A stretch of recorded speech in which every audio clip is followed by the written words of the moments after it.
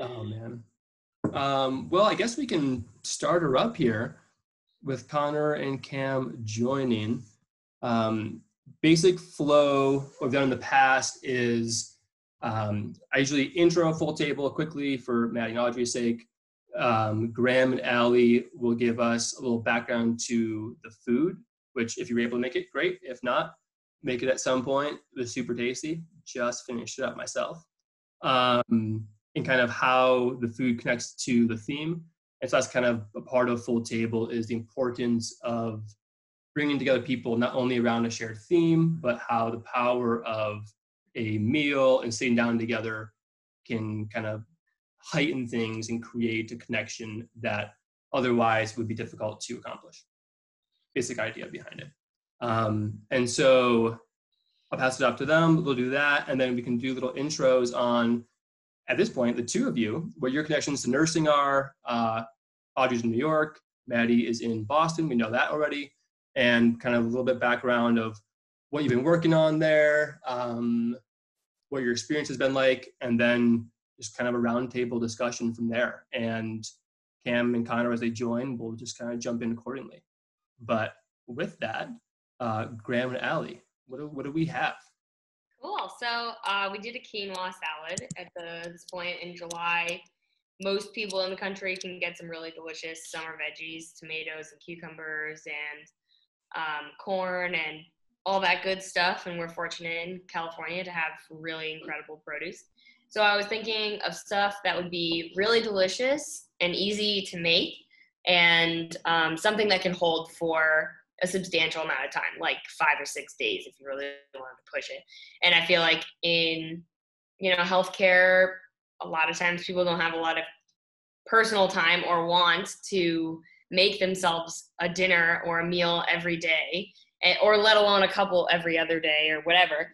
And so this salad, Maddie shakes her head, yes, is a really awesome way to create a delicious meal that lasts several days. It's nutritious and full of protein without a ton of extra meat, and it's lighter. It'll hold you over. So it's light, acidic, really delicious. The quinoa's got this nice little crunch to it, and then you've got all these summer veggies. So I thought it'd be a fun little summer dinner. Yeah. Sounds delish. I need to make it. You should. It's so. I will, I promise. I just didn't have time. No, it's all good. My grocery delivery is coming tomorrow, so I'll try it then. Excellent. Are you doing grocery delivery there? Yeah. I usually try to avoid going to the grocery store in general, just to not bring any more COVID into the clinic than there probably already is. Yeah. Yeah. And we have Cam jumping on here. Sweet.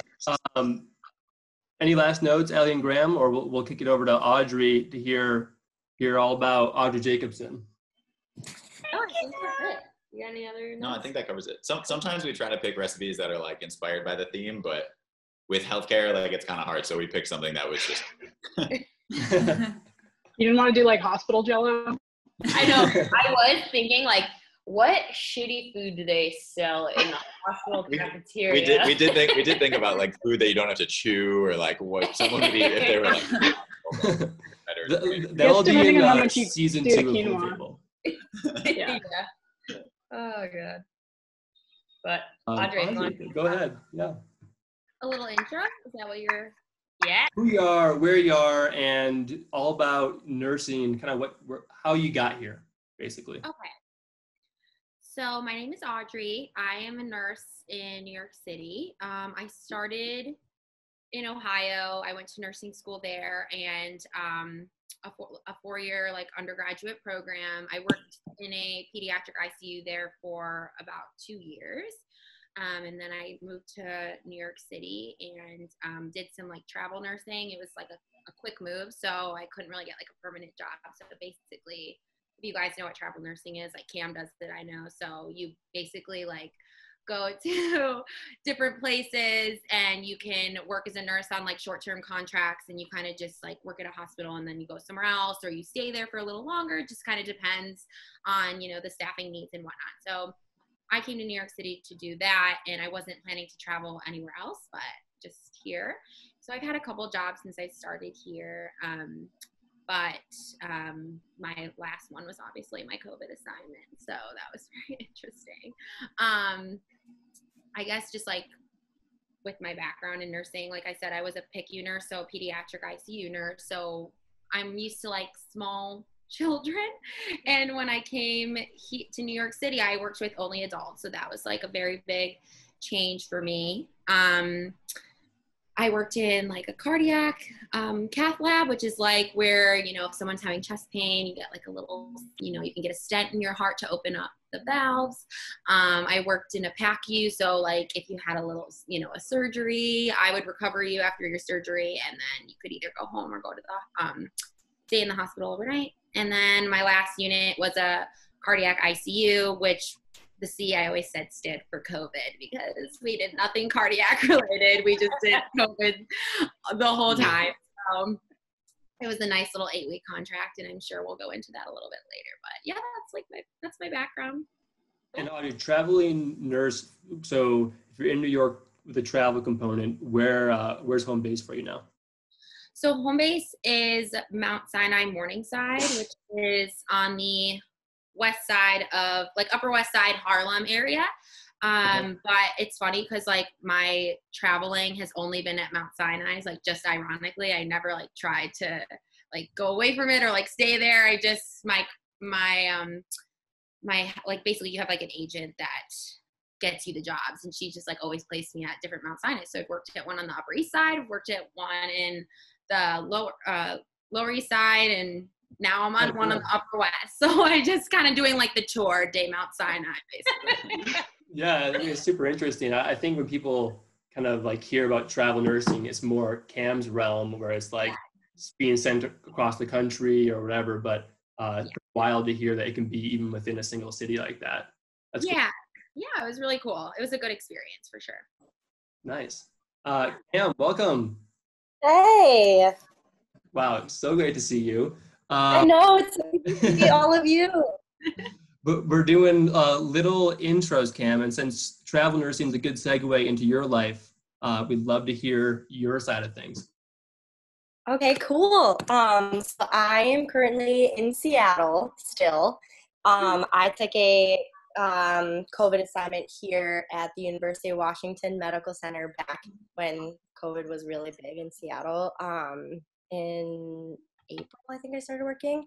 And then we had like no COVID patients. So my contract ended up getting cut. So I'm still on the unemployment thing looking for travel assignments because it's not really super travel friendly out west right now. For a long time, it was really just the only places that had jobs was near New York City. So I wasn't going to pack up and move all the way across the country again because that was hard the first time. So still looking for a job out here. So I don't know. It's been crazy. It's been a crazy road. So I was working on the bone marrow transplant floor at UW. So it was a cool experience because I worked in oncology ever since I started nursing. And when I was back in Rochester, I was on a general hemonc floor. And my first travel assignment was in Tacoma, which is just south of Seattle. So I really just stayed in this area pretty much the whole time because I love it out here. So I was in Tacoma on their hemonc floor, and then UW was the first time that I worked with bone marrow transplant patients. So that was really interesting. So yeah, been pretty cool. Definitely interesting, like the whole COVID thing. I'm sure like Seattle wasn't as crazy as New York City at Odge. I can't even imagine like how that was. It was so stressful having like 1 or 2 COVID patients or even like a rule out COVID patient. I couldn't even imagine like being exposed to it on a daily basis. So crazy. But yeah, that's just about it for me. Has the COVID thing, like, since a lot of places have like cut care for like other extraneous things, like if you want to go get physical therapy, like some of those things have been cut, has that led to like less jobs for people? She's gone. Oh, we lost her. We lost her for a moment. Can anybody else speak to that? Yeah. So from my experience, just personally, I was lucky to like get a COVID assignment.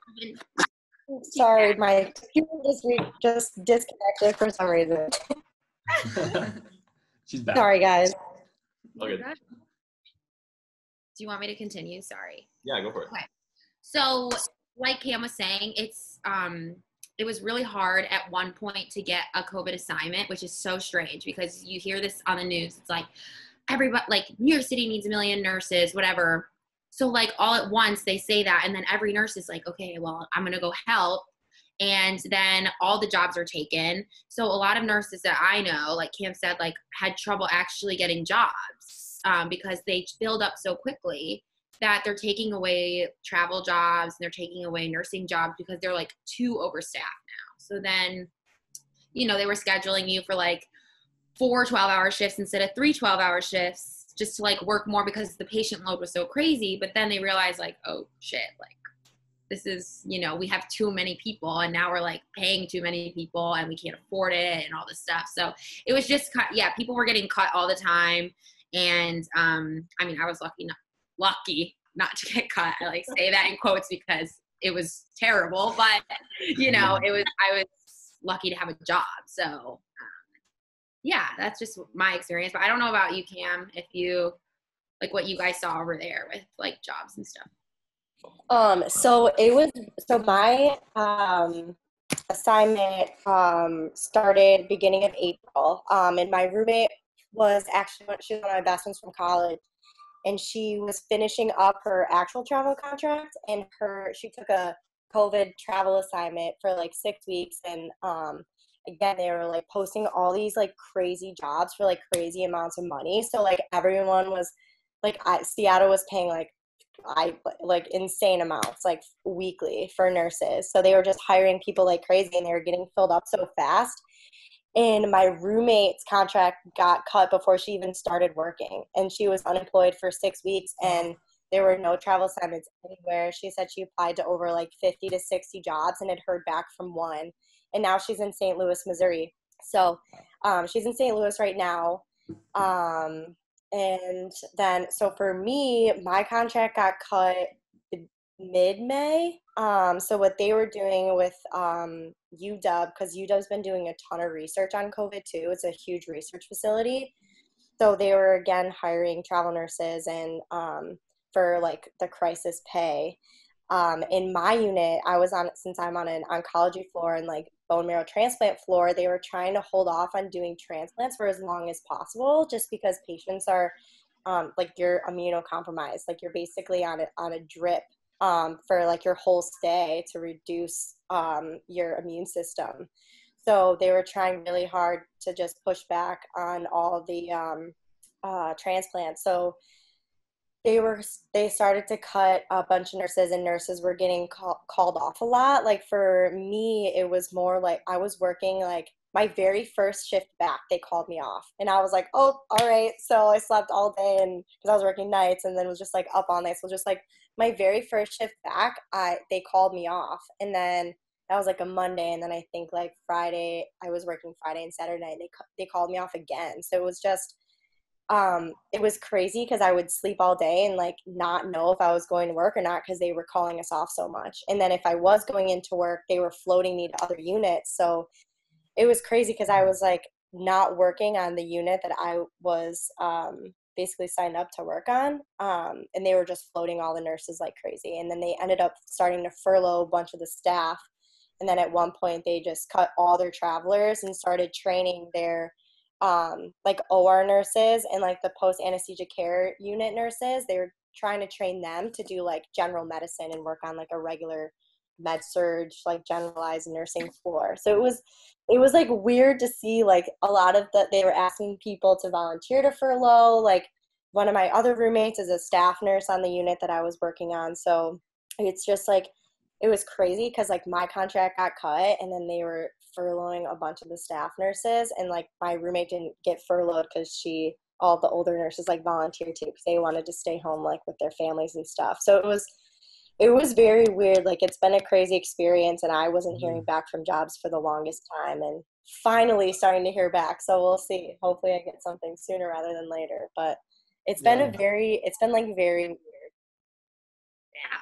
Yeah. Is that Cameron, the kind of not lack of opportunity, but not hearing back from people? Is it financial, purely financial? Like they just can't afford to have many nurses, or? I think so. And I think because agency nurses, like travel nurses, are really expensive in the first place because they're paying us to work and they're paying for us to live. Like we get stipends for housing, so we're expensive and they couldn't afford us. And I think they were trying to not cut or like fire, furlough their staff nurses. I think they wanted to keep like their actual staff and like not hire anybody else. And since we were on contract, they just decided to cut all of ours early and then use like their internal employees a different way so they wouldn't have to fire them. So I think it was a mix of like a lot of these hospitals were losing money because there were no elective surgeries going on and they couldn't afford to hire travel nurses anymore. So I think it was a mix of that, and they just didn't have like the patient, like the oh my gosh, I can't think of the word right now. But they didn't have like, there weren't that many patients in the hospital. Like on my unit, our unit can hold 28 beds, and we had like an average of like 10 to 12 patients for like weeks. So they just didn't have, they didn't need nurses. Like they just didn't need them because there weren't that many patients in the hospital. So it was crazy because no one wanted to go to the emergency room because everyone was so scared to like go to the ED and like be exposed. So it was very weird time in the medical field for sure. No, there's like a million things there. That like, a million little parts to like dive into. Did not forget about Maddie though. Maddie, love to hear who you are, where you are, and nursing in your world. If you are even a nurse, I don't even know this.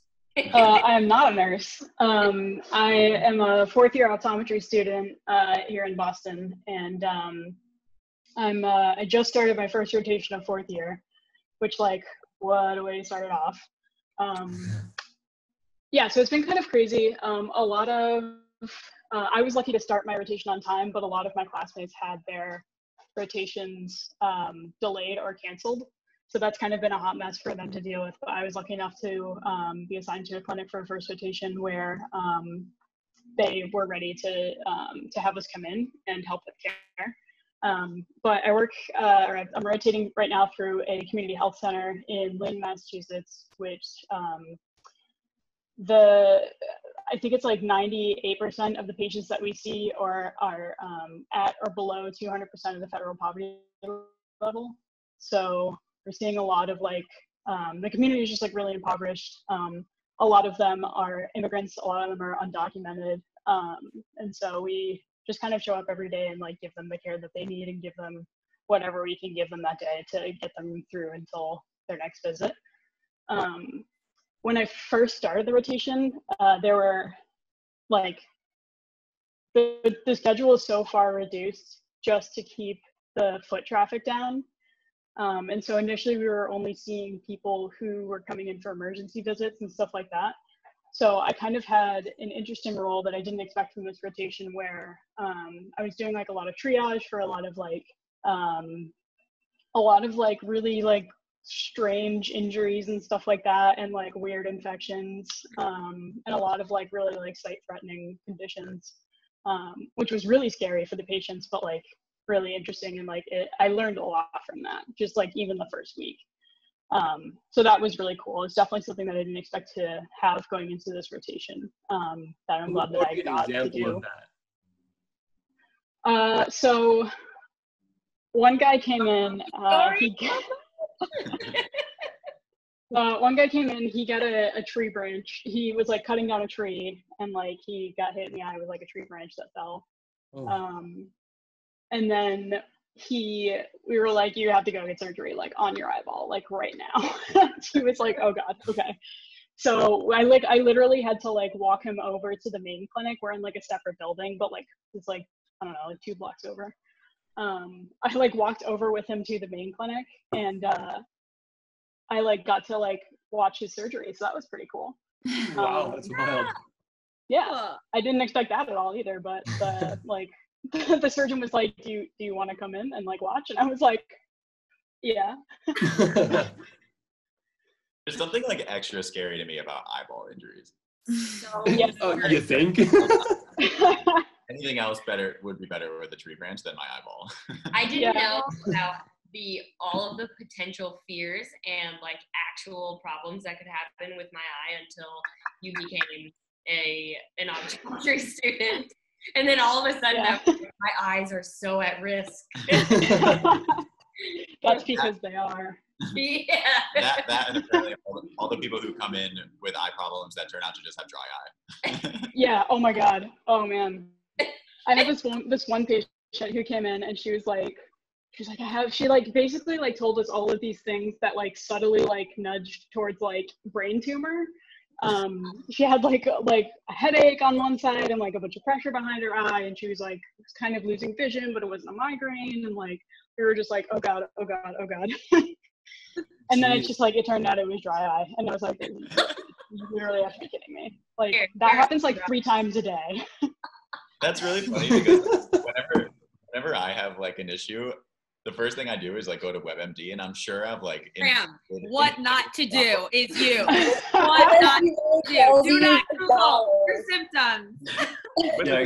the thing is, it even ranks it as like it's most likely dry eye, and then if you scroll down to the bottom of the page, it's like 0.001% chance that you have an extreme brain tumor, and I'm like, it's probably that. I mean, Yeah. the symptoms would lead you to believe that. This is Honestly, making me your rethink our optometrist whole is probably table sitting there. partnership. Yeah. Your optometrist probably is like sitting there doing the same thing. So Yeah. like immediately scrolling down to brain tumor and being like, oh no. Gotta rule it out, right? Yeah, exactly. That's so funny. Sick.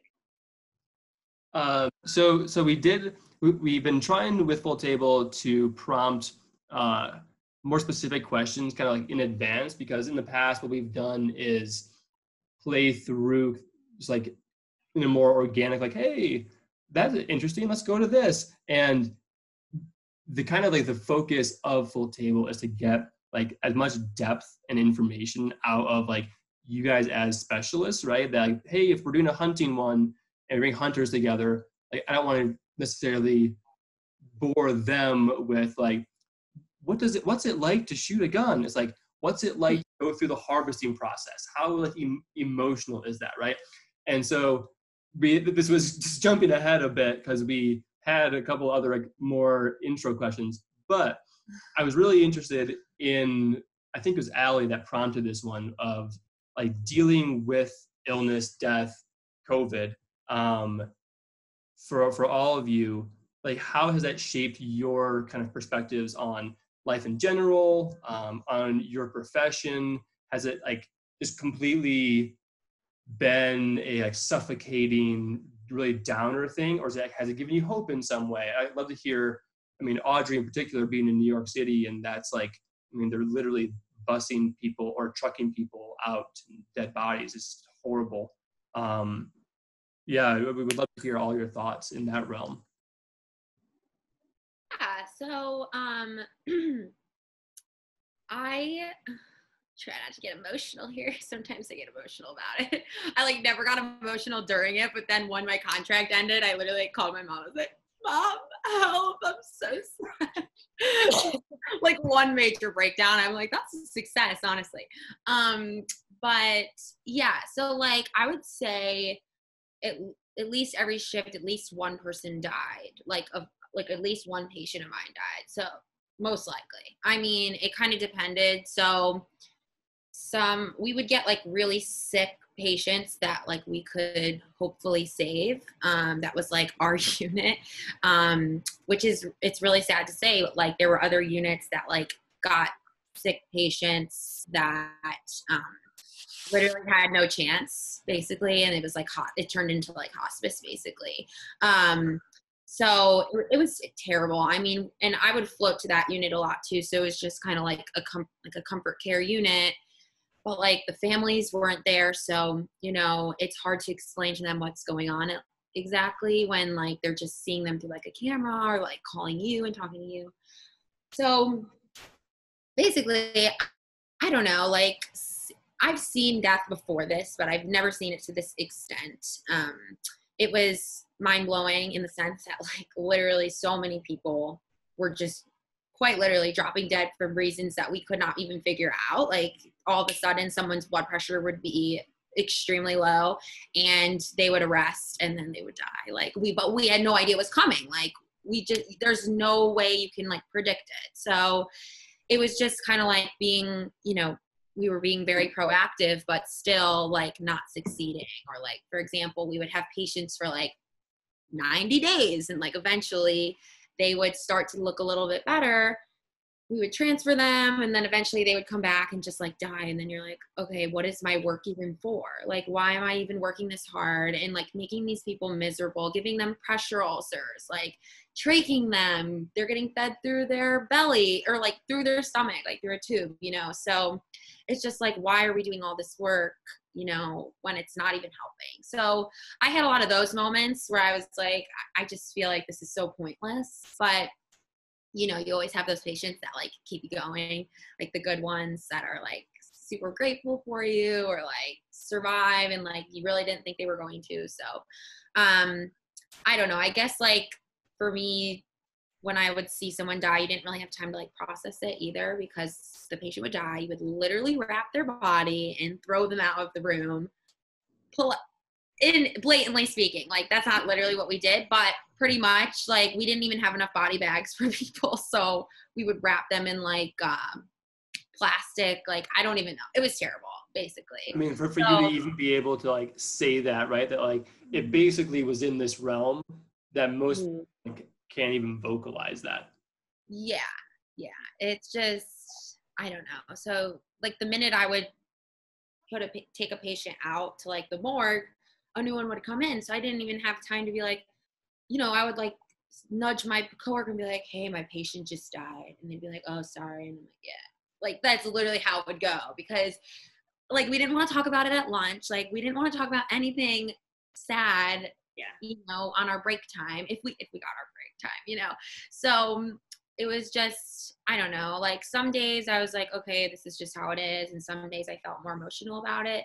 But one thing that like I really did realize from all of this is that like life is seriously so damn precious. And I've never, ever felt that way more than I do now. Simply because you can, no matter what age you are, because I saw 20-year-olds, I saw 90-year-olds survive. I saw 20-year-olds die very quickly. So it's just, especially for me, when you have someone like close to your age, you're like, oh God, that could have been me. Like, I feel like, why aren't I getting it, So I don't know. I just like a lot of big contemplations in my life. I'm like, why is this happening? Yes, those big like God questions. I'm like, I don't know. Like I was going crazy sometimes. I would talk to myself in the mirror, guys. Like seriously, I was going cuckoo. But yeah, I don't know. Like it does really make you realize like I wouldn't trade it for the world though, because I grew so much as a person, as a nurse. I learned so much every day. Like I didn't even think my brain could hold that much information. And I was just exploding with knowledge, but also like, just like, I want to hug every loved one that I have because it's so important to just like say, I love you on a daily basis. And just like resolve your issues with people and like throw the bad people out of your life, get the good ones in. Seriously, do it. Do it. No, guys, you never know. But yeah, I would get really passionate about it, as you can see. So yeah, I don't know. I don't even think I really answered your question, honestly. I just no. I mean, that's without has it slowed down at all for you, or is it? So we actually have no COVID patients anymore on my unit specifically, but I work in like an open heart unit. So we're doing coronary artery bypasses and like basically fixing the heart surgically. So you can't have, like Cam's job, you can't have infection around surgical procedures. So like hers is different. We're in the sense where you're extremely immunosuppressed. Mine's in the sense that like you have to keep everything extremely clean, because if my patient were to get an infection, it can affect your heart drastically. So if you're getting like a new heart, not a heart transplant, but if you're getting part of a new heart, you got to keep everything really clean. So we actually have no COVID patients right now. And I don't know if we're going to kind of revert back to that like COVID mentality. We hope that we're not going to, but I see a second wave coming, guys. I'm like, not very excited, but I don't know. It will be interesting to see what happens, honestly. Mm-hmm. That's something I didn't think of was like obviously the COVID in and of itself is like a huge problem, but the way it affects the care that hospitals determine whether or not to give because of like the added risk, like maybe they can last another year and a half with their current heart, and like, is it worth trying to do the procedure now and expose them to like a pandemic? So that's a crazy thing too, is like we don't account for like the added deaths and like the added mortality that's of people who don't even get COVID, who like are put in a compromised position because they can't get the healthcare they need. Yeah. So it's interesting because a lot of patients were dropping dead at their houses, and they were having very bad chest pain. And when you have chest pain, that is like the number one thing, guys. Go to the ER. You have chest pain? I don't care if it's GERD. I don't care if you have like severe heartburn. Get your ass to the hospital, because you literally need to get it checked, because it could be anything. So that was the problem. People had bad chest pain. They were like, oh, just wait. I don't want to go to the ER. Like Cam said, like people weren't coming into the hospital, and they would just be found like literally dead in their homes with no family members there, because, they're socially distancing. And then it was bad. So yeah, since we weren't doing cardiac procedures or like even small, it was only if it was like super emergent were they doing like procedures, and people weren't even coming in for us to do them. So yeah, a lot of deaths at home too, which you don't even really think about. You're like, yeah. And I remember like when this whole thing like first started getting really crazy, they were talking about how like the statistics, like they didn't have the tests to even test people, but then ultimately they were looking at like the all-cause mortality trend, and it was like just way higher than in years past. So that was like the only way they were able to attribute like all the people who potentially died as a result of COVID. So it's interesting to see. Yeah, like kind of within like the corona-related deaths, right? Like now that just became like its own death, was like having an illness that then couldn't be treated because you can't go to the hospital for like something that coronavirus would put you like at extreme risk for. Right. Yeah. It's crazy. Just like a side note too, that I know you guys are going to want to talk about because it's very interesting. I would say 99% of my patients were Black or Hispanic, and I think I had one white patient, and I'm not even being dramatic about it. I was alarmed. I started thinking it was like a genetic thing, because I was like, how can all of these Black people and Hispanics be getting this disease, and like that's it? Like I did not have one critical white patient, and I was just like shocked from that. And I know I live in New York City, it's like very diverse and whatever, but still like there's a ton of white people here too. I'm like, why? Like, where are all the white people getting this? Like, seriously, I was like very shook by that. And it was very strange. So I don't know if anyone else has seen that anywhere, but that was something I heard about actually on a podcast. Was like there's strong correlative evidence between vitamin D deficiency and extreme, like super severe cases of COVID, and they were attributing it to like there's huge problems of vitamin D deficiency in like Black and brown communities, because they're just naturally predisposed to absorb less vitamin D in the sunlight. And so like if you imagine someone who's like, for instance, like if I moved to an African country, like I would not fare well. Like I would get melanoma. But if you switch that the other way, like if someone who's predisposed to like those kinds of environmental conditions moves to like Seattle where there's no sunlight, they're like, it's going to be almost impossible for them to get. Hey, it's 75 and sunny today. Perfect. Sorry, yeah, not to put 1 Seattle out on of blast. 10 days. Seattle. Yeah, really, 40 days of straight rain this winter. oh my God. Maddie, do you have any thoughts on that? I'm really curious. Like, it's one of those things, Graham, that you say that and like not knowing the science behind it, and not knowing like the kind of like, yeah, just how that works. That's one of those things where like, even hearing you say it makes me a little bit nervous that like it doesn't feel accurate.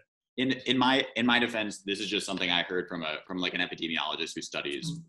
For sure, right? And so like based on science. no, I mean, I know you're not making it up, but that like it's one of those kind of like stats that we're hearing a lot of these days, and like some kind of avenue, whether it's focused on age or race or whatever. And like, yeah, I mean, nurses and Maddie, super curious, like your thoughts, like even with that messaging, like, do you hear that stuff and you go like, roll your eyes, like, oh gosh, another person spewing something that's false? Or are you like, oh yes, that's accurate.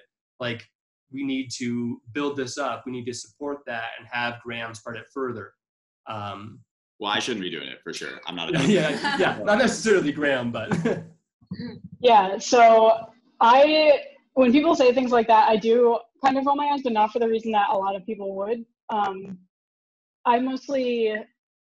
get really frustrated at people who, or at the idea generally that Black and brown people are more predisposed to, an earlier death or to getting like certain diseases and stuff like that because they're like genetically predisposed for it. When that is like really not the case at all.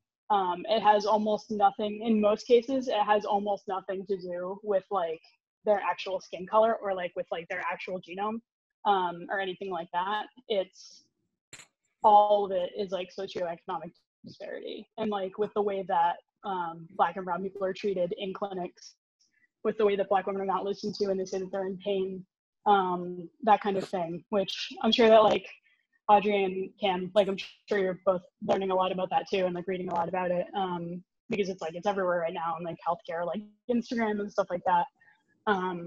But yeah, like community health has been like something that I've been really interested in the entire time that I've been in optometry. Like my first clinical experience was in a community health center and I was like, this is it, like this is what I want to do because like I don't know. I just like the care is needed so badly there, but like more so with like competent care and like people who like understand like where these crazy like disproportionate levels of disease come from, because it comes from your patient interaction. Like it doesn't come from like a medical reason. Would you mind going further with that? Yeah, so I can see it like most tangibly in the way that a lot of my classmates talk about patients, especially about the way that they talk about like a community health rotation in general, is like really hard to hear. So like I am like somebody who grew up in without a lot of money, without even a little money, kind of. But a lot of my classmates, their parents are optometrists or pharmacists, and they like, are from like these big giant houses in the suburbs and stuff like that. And so they really have absolutely no clue what somebody who is poor or impoverished like goes through in their daily life. And so when I hear like classmates who have been better off their entire lives, like say things like, oh, we like prescribed this guy this one thing and like he doesn't even care enough to like go get it from the pharmacy to make his eye feel better or something like that. Or like diabetes affects the eyes a ton. And it's like people all the time will say like, well, why doesn't this person just like eat better? Like so that their diabetes doesn't make them go blind. And it's like, they don't like, they're not sitting there like, I hope I go blind today because I ate a Kit Kat bar. Like that's totally not even it. Like it's such a like a deeply systemic thing. And it's only perpetuated by the fact that most people in the medical profession are there because they've been afforded the privileges that have allowed them to like have the stepping stones to get there. I'm curious where the funding comes from, because you said that you serve like 98% or so of like people from underprivileged backgrounds. So where does the kind of funding come from that? And like, where do you see potential solutions maybe to the issue of like lack of access? The fact, I guess, that like socioeconomic status like affects your access to healthcare, which is sort of like an insane thing. Mm-hmm. Yeah, so a lot of the funding, or most of the funding, well, all of the funding for community health centers comes directly from the federal government, which has actually been kind of been siphoned off at this point a little bit, to the point where it's like really choking the operations of the clinics as of late. But Yeah, so I think that the only real way to influence that, I think, would be to get like, I mean, you really just have to change the whole system in order to like create any kind of like meaningful change. There's no real like quick fix for it that's going to like, it's gonna like fix one problem, but it's gonna make 10,000 more problems worse, or just ignore them, which is just as bad as getting worse. So yeah, I don't know. I really think the only solution is just like a single payer system. Yeah, I was very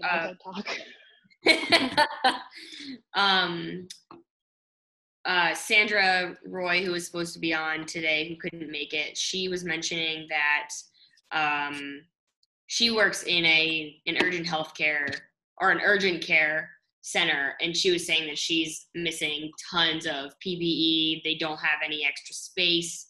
She's got plenty of exposure and not a lot of protection for herself and for her customers, for her patients. And I was wondering if I feel like all three of you would be an interesting perspective to weigh in. Like, are you feeling that same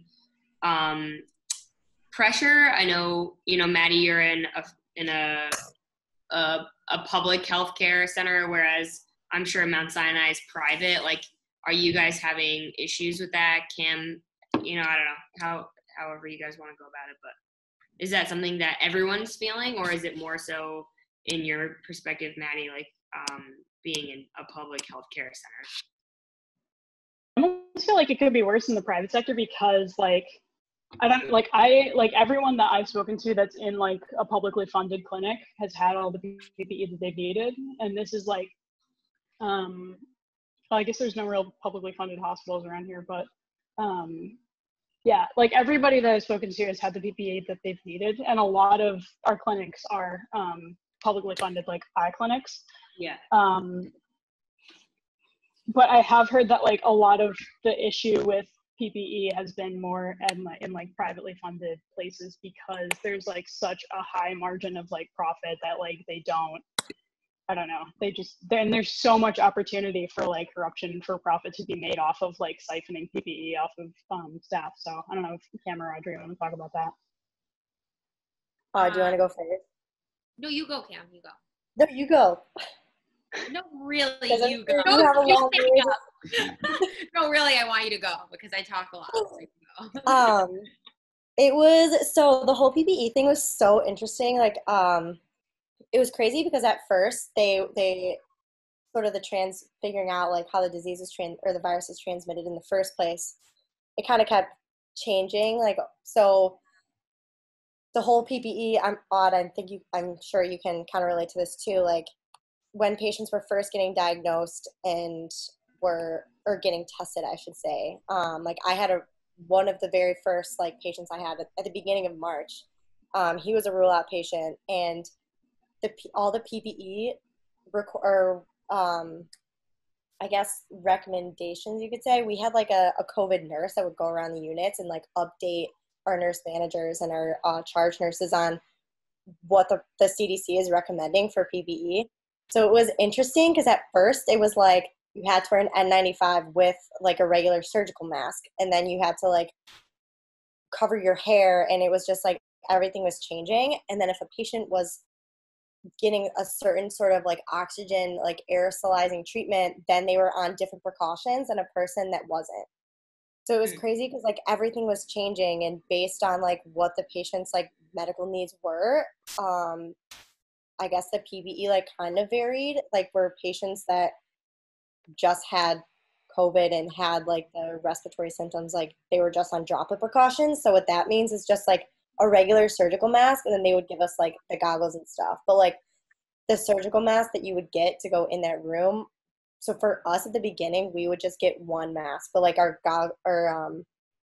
one N95 to use for our whole shift, and then we could throw it out at the end of the shift. And then the surgical masks we got to change while we were going in and out of the patient's room. Then we had like the goggles that we had to wear that like we had to bleach down and keep in a paper bag outside of the patient's room, because every time we had to go in there, we obviously needed the goggles, and they wanted us to reuse everything just because the resources were so low. And it was funny because like I think 2 weeks after, like, COVID started exploding, like, all over the country, the hospital took out all the hand sanitizer bottles, like, on the walls because people were stealing them. So, like, they literally took all the hand sanitizer bottles, like, out for the public to use, and we have sinks in, like, each of our patients' rooms. So, like, they were making us, like, wash our hands in the patients' rooms, and then our pharmacy was making, like, basically, like, homemade hand sanitizer. So I thought that was pretty comical because they were literally, you would, like, turn to, like, use hand sanitizer and they would just be gone. Like, there wouldn't be any. So it was just, it's yeah, so it's just, like, funny and, like, crazy how, like, each hospital did it. Like, you would have to wear your own mask into the hospital, and then once you got there for your shift, then they would give you a new mask, and you would have to wear that mask for, like, the whole 13 hours that you were there, sort of thing. And then we had, like, so for us, our PPE was, for the most part, was, like, we definitely weren't running low on my floor anyway, because they, for a while, restricted COVID patients coming up to my floor just because of the, my patients were so immunosuppressed. So, like, they didn't want any, like, COVID to be around any of our patients. But, like, it was funny because, like, people would be stealing gloves, and, like, family members at first would be, like, taking gloves and stuff, like, from the walls and taking masks. So they just took everything down, and they locked it up, like, in our storage closets. So no one, only people that had access to it were the managers and our charge nurse. Jeez. So if you needed, like, more PPE or something like that, like, you would have to go and, like, ask permission to have it. So I thought that was, like, kind of funny, but odd. I can't even imagine, like, how your situation was in New York City, like, just going in and out of these patients' rooms, like, all day. Yeah, no, that's really funny actually that you say that, because we also locked up all of our stuff because people were, like, taking gloves. Like, so I worked one shift in the ER. I've never been an ER nurse, but they floated me down there once. The worst experience in my life, you guys. I was like, I had no idea what I was doing. Very scary. But these patients would come in and be like, can I take some gloves home? And I'd be like, no, like, wash your hands. Like, just don't, like, you don't need to wear the same pair of gloves everywhere. Like, that's worse. Like, just wash up, baby. Like, it's so funny. But yeah, we would lock up, like, all our bleach wipes, our hydrogen peroxide, and if you were, like, caught taking them, you were fired. So, like, you could not take them yourselves. Yeah, you could not take anything. Meanwhile, at my house, I had no cleaning products, nothing. So I would get home and, like, you know, a New York City apartment is, like, the size of your pinky. So I go home, I can't even get changed outside. I have to go into my apartment, take my clothes off at the door, and put them in a trash bag. Like, my dirty, like, shoes, I would have to, like, store in a bag too. And I would immediately go to the shower because, I mean, I would ride the subway home. At least at first I was. So it was disgusting. Like, I can't imagine, like, I wonder if I was even spreading stuff, but nobody was even on the subway. So hopefully not. But yeah, so it was just interesting. But we were actually, like, okay with our PPE because my manager, like, hoarded stuff and, like, locked it in her office. And I was beyond grateful for that. But same sort of thing with Cam. It's like you had to wear the same mask for the whole shift. Whereas, like, if I think back to when I first started as a nurse, like, if I had a patient with like a tuberculosis rollout, which is basically the same thing, an N95 you'd have to wear, I would just throw that shit in the trash, like, every 10 seconds. I'm like, oh, I'm trash. Like, I didn't care, you know, like, a surgical mask for like a respiratory virus. I'd wear a surgical mask, throw it out. Like, I would use 1 million a day. And now I'm like, this precious item, like, this is gold.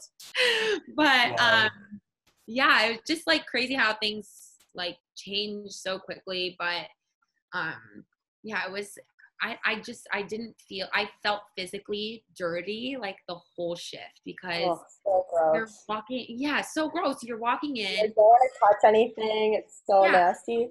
You're immediately and, like, feel like you're infected, and then you walk out. The only thing you change is you're down in your gloves, and then you have to walk right into the next room.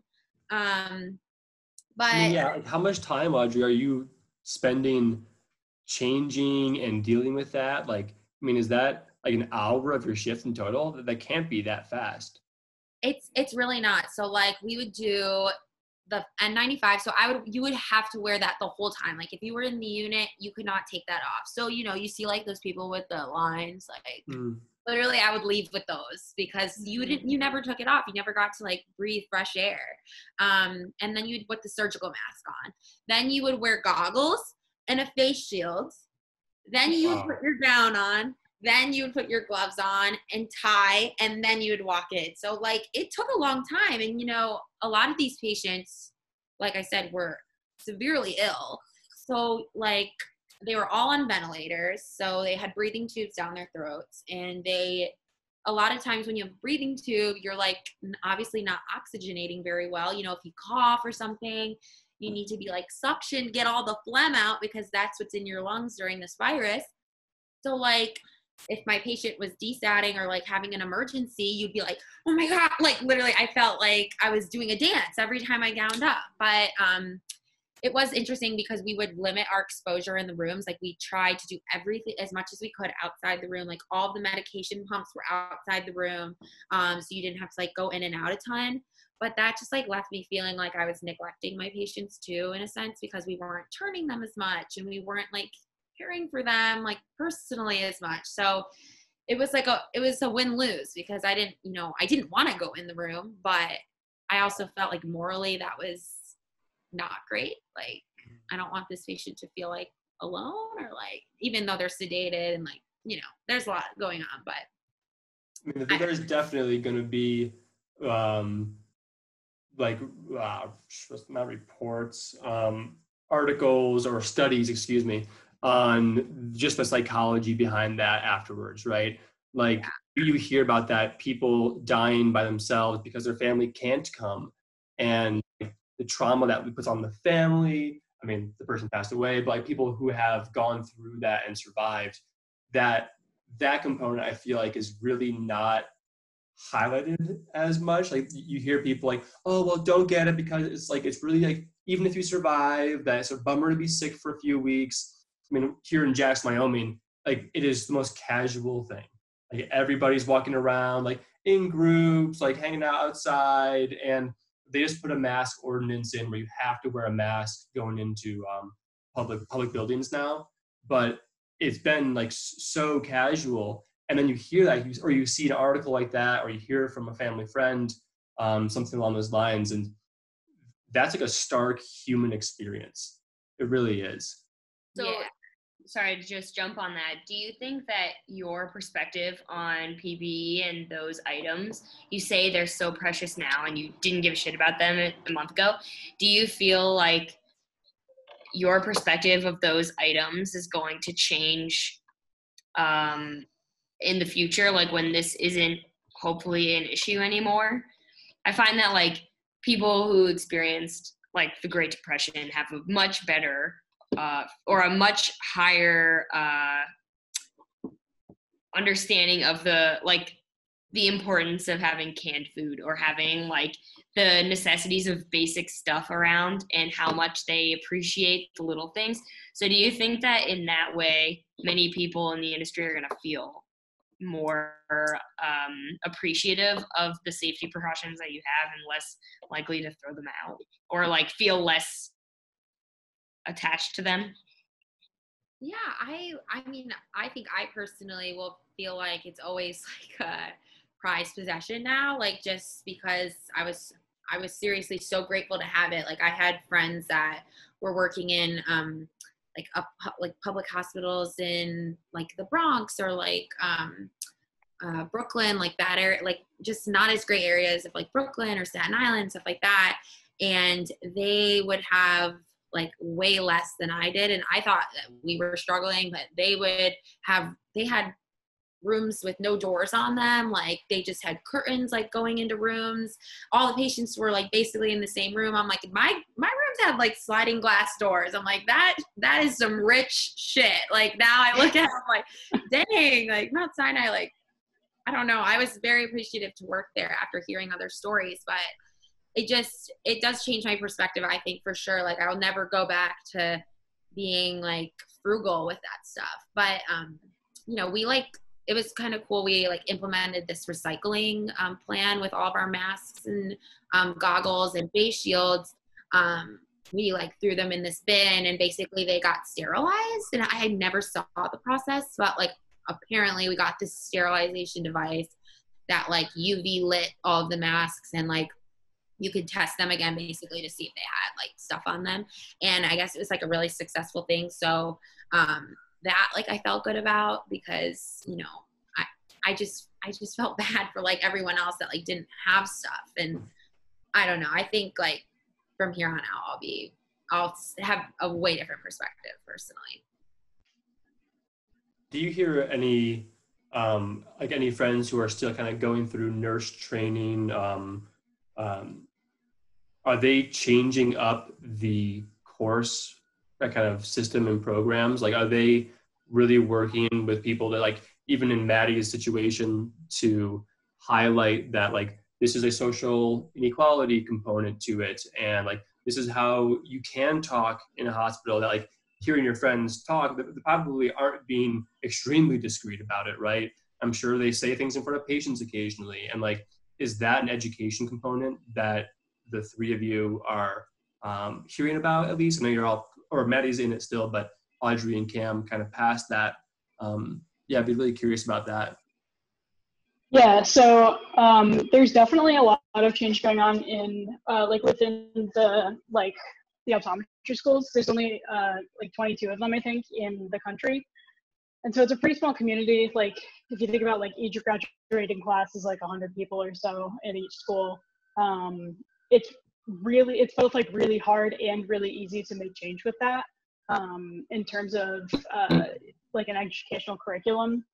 And so I see more change coming from like the Black Lives Matter movement within the context of COVID and healthcare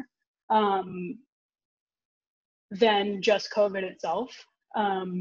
There's already like initiatives in place to require like at least, I think, like at least 1 hour of like historical like racism in healthcare education a week, which is like pretty huge, because when I was going through the program at first, I only got one class basically, and it was about the history of healthcare, and it was not at all like focused on like racism in healthcare or anything like that. So yeah, I'm definitely seeing some change kind of influenced by both of those phenomena. That's great to hear. Yeah. Wow, that's really interesting. And First important. No, you go. Do you think that, or is that also including that socioeconomic, perspective that you'd mentioned earlier? Yeah, it's like pretty much entirely centered around that. There's actually there's like a national group that was formed, I can't remember what year it was, but I think like 50 years ago or something like that, by Black optometrists. It's called the National Optometric Student Association, or the National Optometric Association. And there's an associated like National Optometric Student Association. And so nationally, all of the chapters of NOSA, which is the Student Association for Black optometrists, got together and they wrote this whole open letter to the basically like the governing board of optometry education. And they put in, this like literally just came out like last week, and they put in like all of these things like with all of this, it was like a huge open letter with like all of this justification for like underlining the role that like racism plays in healthcare in general, but optometry more specifically. Yeah. And it's been really, really cool to see that like these schools that are like run by white men and women who are all like $300,000 earners, like, or $1 million earners, because they all have like industry jobs too or something like that. Mm-hmm. It's been really, really cool to like actually see them respond to that, and to like actually like my school was the first one to develop an entire like chair position just for this, and they gave the chair position to a Black woman, which is like exactly what the letter like outlined, and so it's really, really cool to see them like doing that to a T.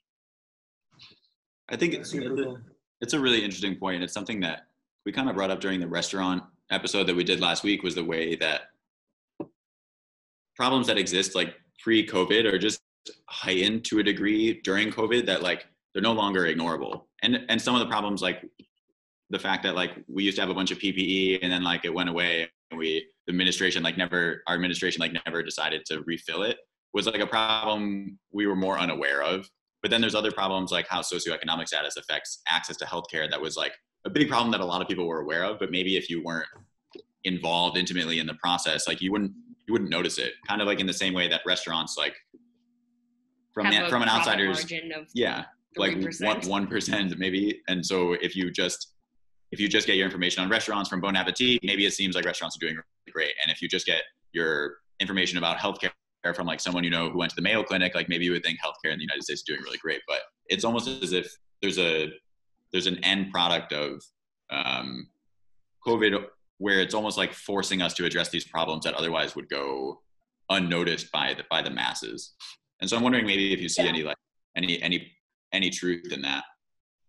Yeah, I mean, just like living in a city where like all of my friends, well, some of my friends are still living here. A lot of them moved away for grad school and stuff like that. But yeah, just like the friends that I have that aren't in healthcare, the way that I see them like posting on Instagram about like, oh, we're out to eat on this, like, this is this nice little patio picture with the sunset, and like nobody's wearing masks, and like what the hell is happening? Like I go into clinic every day and it's like, did you wash your hands 47 times in the last 30 seconds? No, get out. Like it's just so insane to see. Like, and I just like am so like blown away by the contrast that is created by like having this like if it is something that's like on the periphery of your personhood, like it does not exist. And like that is a huge problem with a lack of empathy, I think. Mm-hmm. Yeah, Maddie, the one thing I hear from not a lot of my friends, but a couple here and there, is kind of like the critical mass theory, right? That, oh, if everybody gets it, then we can move by it, basically. It's like the overarching idea. Can you just clarify how that's not accurate / super hard to get? Because, I mean, it's one of those things that, like, when you have conversations with people that I haven't really dealt with it, obviously. And so like, it's really hard to kind of like point to, no, that's not true. I think it's like worthy of hearing someone like yourself to vocalize it, like, hey, 70% of the population needs to get it, and that's super difficult. And the New York Times just posted that article about Sweden, right? How Sweden pretty much went on with life and businesses were open, didn't need to wear masks. There was no COVID protocol in the country, which is kind of shocking considering, to me, that I think of them as a progressive country, but that their death numbers were equivalent to, or their population is a lot smaller than a lot of the countries that are them, and their death numbers were like equivalent, right? And it was like this clear example of how severe it is. But they're only at 40% of the population having gotten it. And that, right, I think it's really easy to think, oh, well, if we all just go about our daily lives, then 100% of us will get it eventually. And it doesn't work that way. Can you speak to that? Yeah, I think that what a lot of people don't realize is like they hear the statistic that like, you know, like, I don't know, like 3% of the population will die from it, like once we get to the point where like 70% of the people have had it. And like, I think that a lot of people fail to keep in mind two things, that like 3% of the population of an entire country is like not an insignificant number of people. And like, those are not just like numbers, like those are actual people. Like, and people won't care about it until it happens to them. And like, that's the worst part. The other thing, which I've now forgotten what I was gonna say.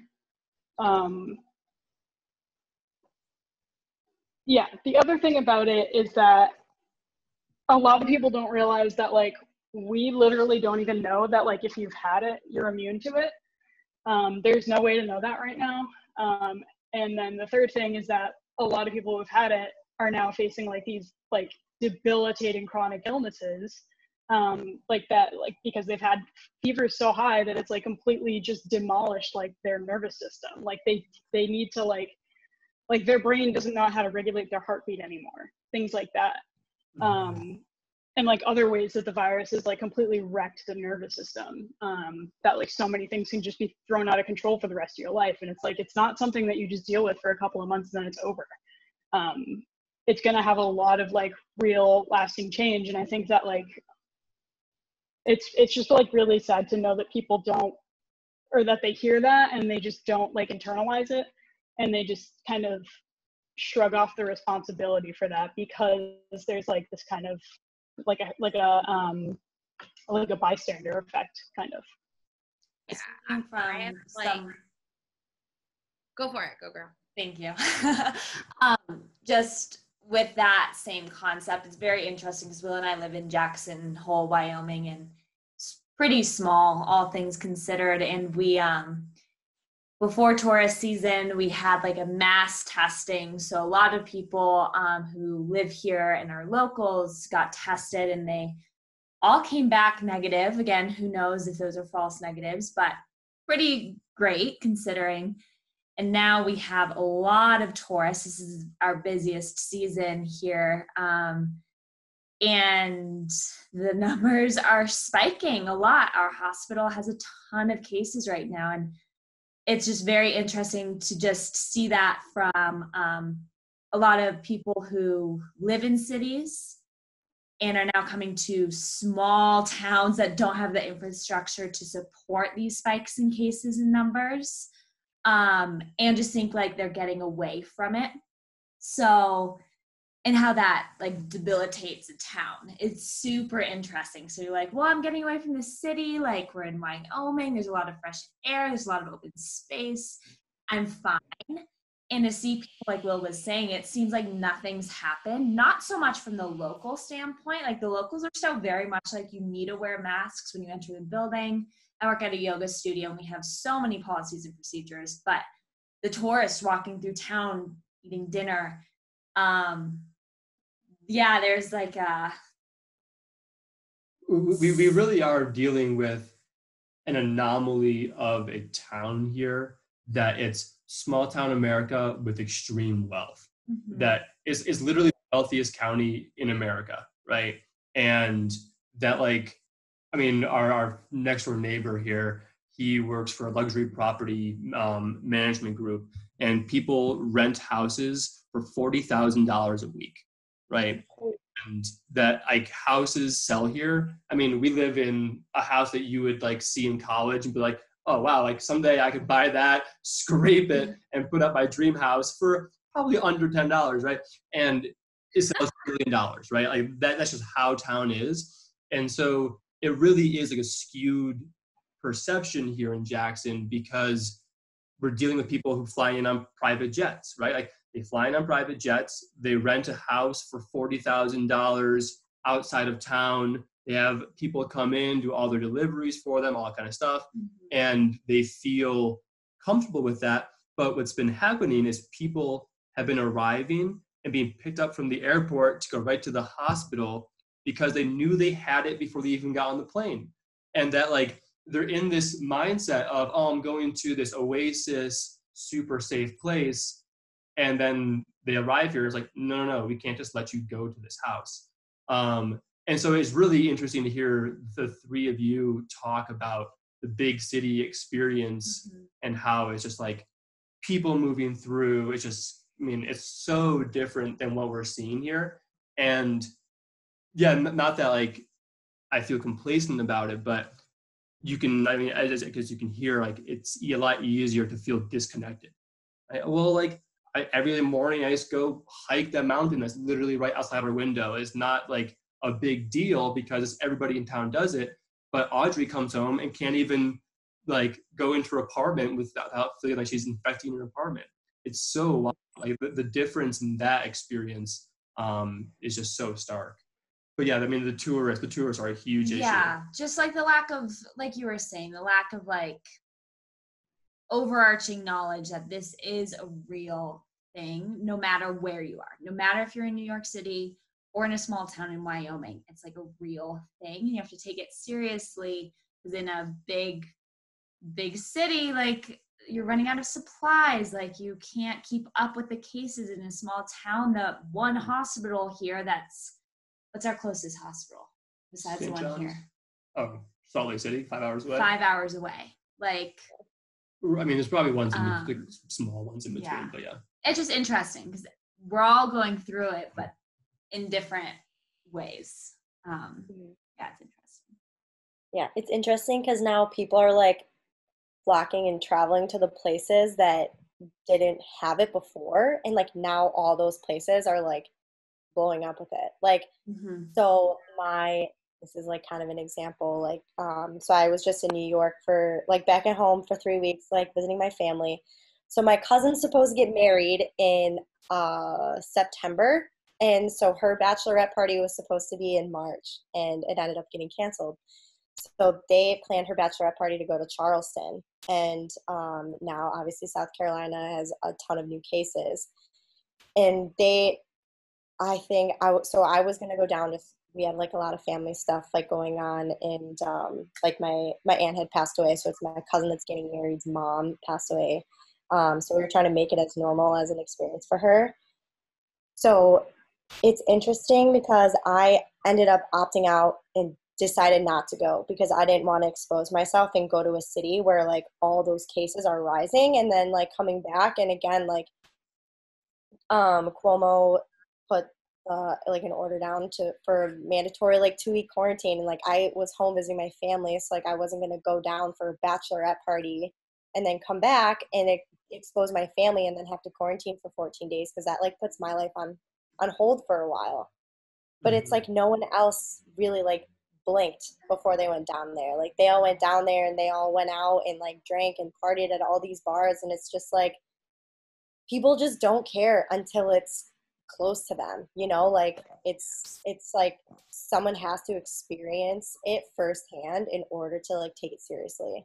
And that's what's been so frustrating about the whole thing is like Audrey just worked her butt off for months, you know, taking care of these patients, and they were dropping like flat in front of her, like right in front of her face. And then it's like those people that go out and just like don't care. And I think that's like one of the most frustrating things, like working in healthcare and just like, I don't know. It's that for me has been like really tough. It's just like seeing people go out and just like not take the precautions and just like not care. It's like you're going out to a bar and drinking, like you're not going to be cautious if you're drunk, you know, like that's not going to happen. But I think that's just like been a really frustrating thing, and people are going to those places and then they're flying and bringing it back. Like it's just crazy like how that's kind of happening right now. I was thinking about how, Matt, you were saying that people don't understand the like lifelong effects of what's going on, and like the severity of what happens after you just get COVID. It's not a 2-week issue. It's not a big cold. It's something larger. One, just to kind of like lighten the mood, I think it would be kind of funny if we make people really understand what that means. You know how like on cigarette cartons they're putting like disgusting photos of like black lungs, like what was posted, like I don't know, I can't even think of anything, but anyway, I was just thinking like it would be funny because people are posting like statistics all over Instagram and all over every social media website, and I feel like in many ways numbers and charts like really aren't hitting people the way I feel like they should, and how serious this really is. So there's definitely a certain component to that though, that like if you post a black lung picture on like a cigarette commercial, people are choosing to smoke cigarettes, right? True. Yeah. Saying, hey, don't make this choice because you're ending up with this. Whereas if you post a COVID patient or a deceased COVID individual that like their insides and what that looks like, it's so touchy right now, and they didn't like necessarily choose that, right? And so there's like this kind of balance there where it's like educating other people but being aware of how others are going through it and that kind of thing. So I mean, I hear you, like how do you make the message stick? Right. There's like a component of it with the lack of a decision. Yeah, that's just the like insensitive humor that I have, but So Like, Allie goes in that. scare tactics. scare people into wearing them. Death. You know? Gosh. I always This doesn't make that any lighter, but yeah, even when you directly confront people about it, like they still don't give a shit. So it literally sucks. Like there's no way around it. I was going to ask Cam that when she was talking about the bachelorette party, that like, do the three of you feel comfortable or empowered to vocalize that? Like Audrey, to you, like to your friends, and Cam to your like family, are you saying like, hey, like that's not cool. Like you shouldn't be doing that? Because I definitely don't feel like I have the authority to tell other people that like, hey, oh, I'm going to go out to this big bonfire up in the mountains. I want to be like, hey man, think about COVID. It's still happening. I know you're not going to wear a mask, but like there's this kind of, it's your life, you can choose it mentality. Do you feel comfortable with that? So I said something to my like my cousins about it for sure, and it's a weird thing because like you guys know how close I am with my family. Like all of my cousins are like my best friends. Like we all live like super close to each other. So it I don't know. It was weird, like because I have said stuff to them before, like you know, like the more stuff that I've learned about the virus, I've just been kind of passing it on to everybody. And people appreciate it sometimes, and then sometimes people don't, and they'll go and like do whatever. But so it was tough because I vocalized it to my cousins, and my older brother lives with my cousin's brother, like the cousins that went on the bachelorette party. Their brother lives with my brother. So my brother had a conversation with him saying, hey, like if you go around your family, like I totally understand that, like they're your family, but like please don't come back into my house because then you're exposing me, like that's not fair. And so it kind of my cousin didn't really get that and like got pissed at my brother. So it's just like some people can take it and then some people can't. Like some people get annoyed with it because my cousin was like, well, this is my house too, like I pay you for rent.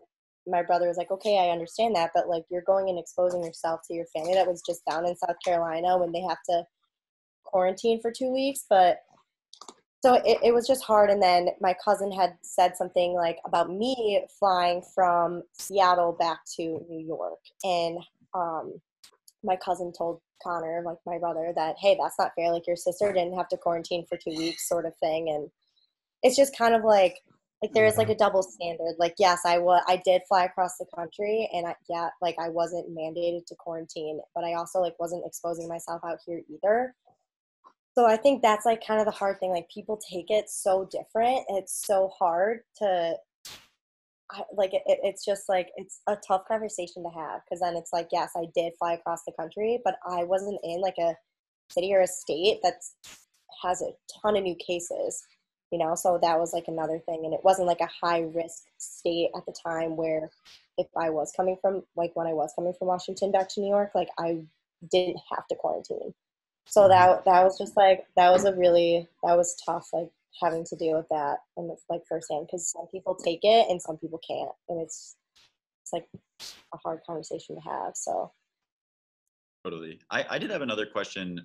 There seems to be like endless amounts of information about like new information coming out about coronavirus. Most of it seems to lead towards like more uncertainty. But I remember Maddie, you were saying, and I had read this before too, that like there's just no proof that people who have gotten it before have antibodies that are even going to protect them in the future. And I don't expect you to be like an expert on vaccines, but does that lead to any like negative implications of a vaccine? Like if we don't know that like people who have gotten it before produce antibodies that protect them, my very limited knowledge of vaccines is that like they rely on the antibodies to protect future. Like, does that pose a problem if it turns out to be true that people who had coronavirus, the antibodies don't protect them? Yeah, I mean, I definitely like don't know a whole lot about how vaccines are developed. At one time I did take biochem one time in my life. I don't remember anything about it.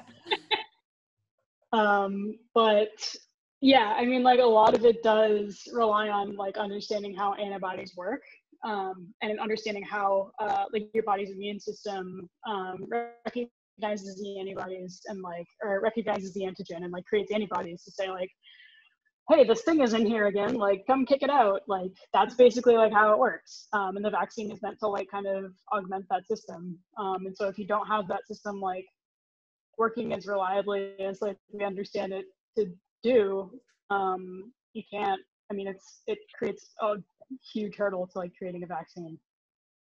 Is that a thing that like, again, I don't know, before coronavirus, like I hadn't really been doing any reading about viruses, but is that a thing that other viruses exist that like you can just perpetually get the same virus over and over again? Even if you've gotten it before and like you've recovered from it, is that a thing that exists? Like a cold sore? But that's chronic though, right? Yes. No, like you can get a virus all the time. The purpose of a vaccine is so that you can prevent yourself from getting the virus again. So like when you get the, like, for example, like MMR, like vaccine, or like when you're getting all those vaccines, you're getting you're getting a small dose of the live actual virus in you, and your body builds the antibodies up so that it's like basically the next time you're exposed, it knows how to fight off the virus. That's what's going on in your cells. But the thing about the COVID vaccine that they're trying to make is that they're not actually trying to give you the live virus. I was like reading about this a little bit, and I don't know what the F they're using, because what else is there to use? I don't know. That's beyond me. But yeah, they're trying to make they're trying to make a vaccine without the live virus that like still prevents you from getting it again. So I don't know exactly what the ingredients are, but I know that that's like the trend they're going in, because of the whole fact that if you have antibodies and you are asymptomatic, like your antibodies are not lasting forever. Like for example, my boyfriend got coronavirus when he temporarily moved out of our apartment, and I was living alone basically because he didn't want to get the virus from me. And then his parents got it and he got it at home. So it was oh God. Yeah, it was actually like really scary because his dad was in the hospital and my grandpa was in the hospital. It was a shit show, guys, but everyone's okay, so it's fine. But yeah, so he went home and got the virus from them and never got it from me because I never got it. But he was asymptomatic, literally had nothing going on. And he had antibodies, but I'm sure if he got tested right now, his antibodies would be gone, because they're saying that asymptomatic people are building them up for like a hot sec. Then they go away and you could be exposed to it again. So that's extremely scary, especially because asymptomatic people are actually having long-lasting effects that can be worse than people that actually were having symptoms. And they're only things that would be detectable by getting like a lung CT scan. And who's going to get a lung CT scan these days? Like you and me would never go be like, hey, I'm going to get a CT scan of my lungs, because what's the point? I can breathe fine. And like, but there's long-term damages that are occurring in your lungs. And it's like, you wouldn't notice it on even an x-ray. So it's so up in the air, like what's going to happen. What are the long-term effects? It's just interesting, like seeing it, especially like knowing people that have had it, like what their long-term effects kind of are right now.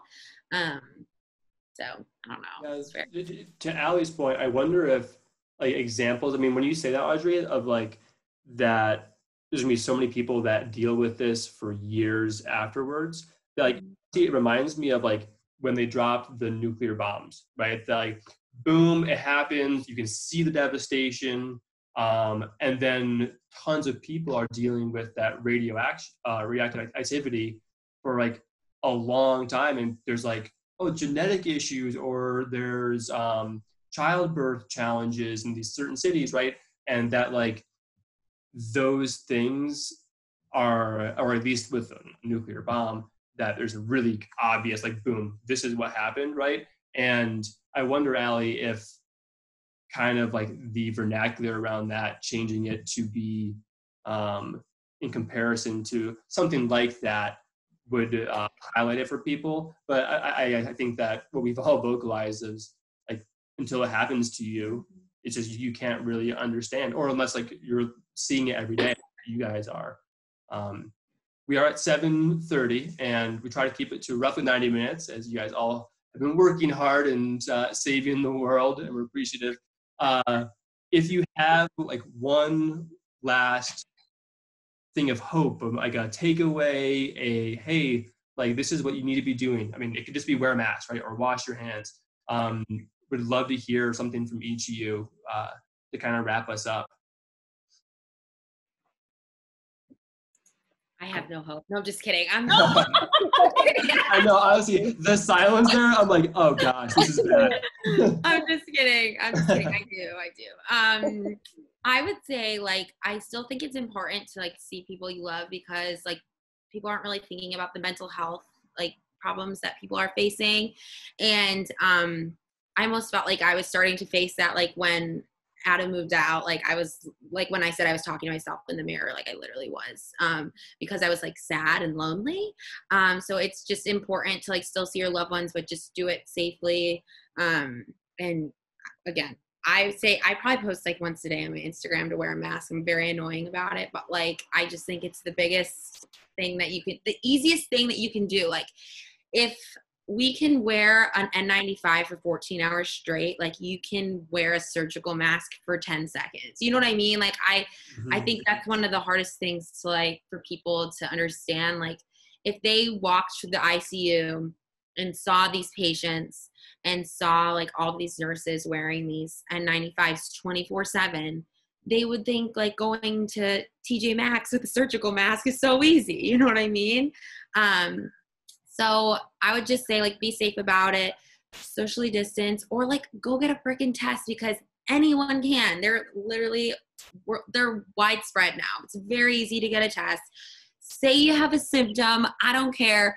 Just walk in there and be like, hey, I coughed yesterday. They'll fucking swab you. Like, just say you were exposed by your friend. Like, it's so important to get tested, because you could be the one spreading it and you don't even know. So if you feel so like you want to go get something shoved up into your brain, it's not very fun. It literally hurts so bad, but I know they're coming out with better ones. So yeah, just, I mean, Audrey, this is supposed to be hopeful and to make you.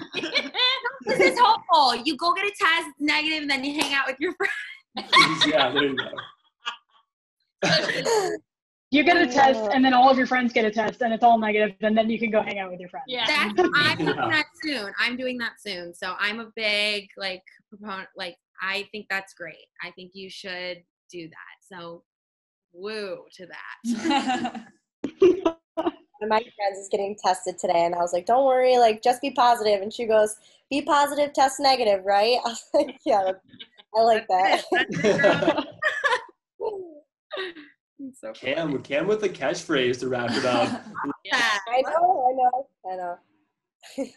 know. Anything from you, Maddie or Cam? I agree with Audrey. Literally just the simple things that, like, you should be doing in your everyday life anyways. Washing your hands all the time. Like, use hand sanitizer. Like, just the simple things. Like, wear a mask. If your healthcare workers can wear a mask for, like Audrey said, 14 hours, like, you can wear a mask for the duration that you're going to the grocery store. Or, like, you know, just, like, simple things. And it doesn't take much to prevent it. Like, go get a test. You know, wear a mask in public. Just, it's a little bit, like, a little action goes a long way with this. So I agree with what Audrey said, for sure. Yeah, I think the same. Just, like, wear a mask, wear it properly, and, like, also, like, don't forget to just fucking wash your hands. Like, literally just wash your hands. Like, anytime you touch anything, wash your friggin' hands, people. Sing happy birthday mask and wash your damn hands. Over your nose. Yeah.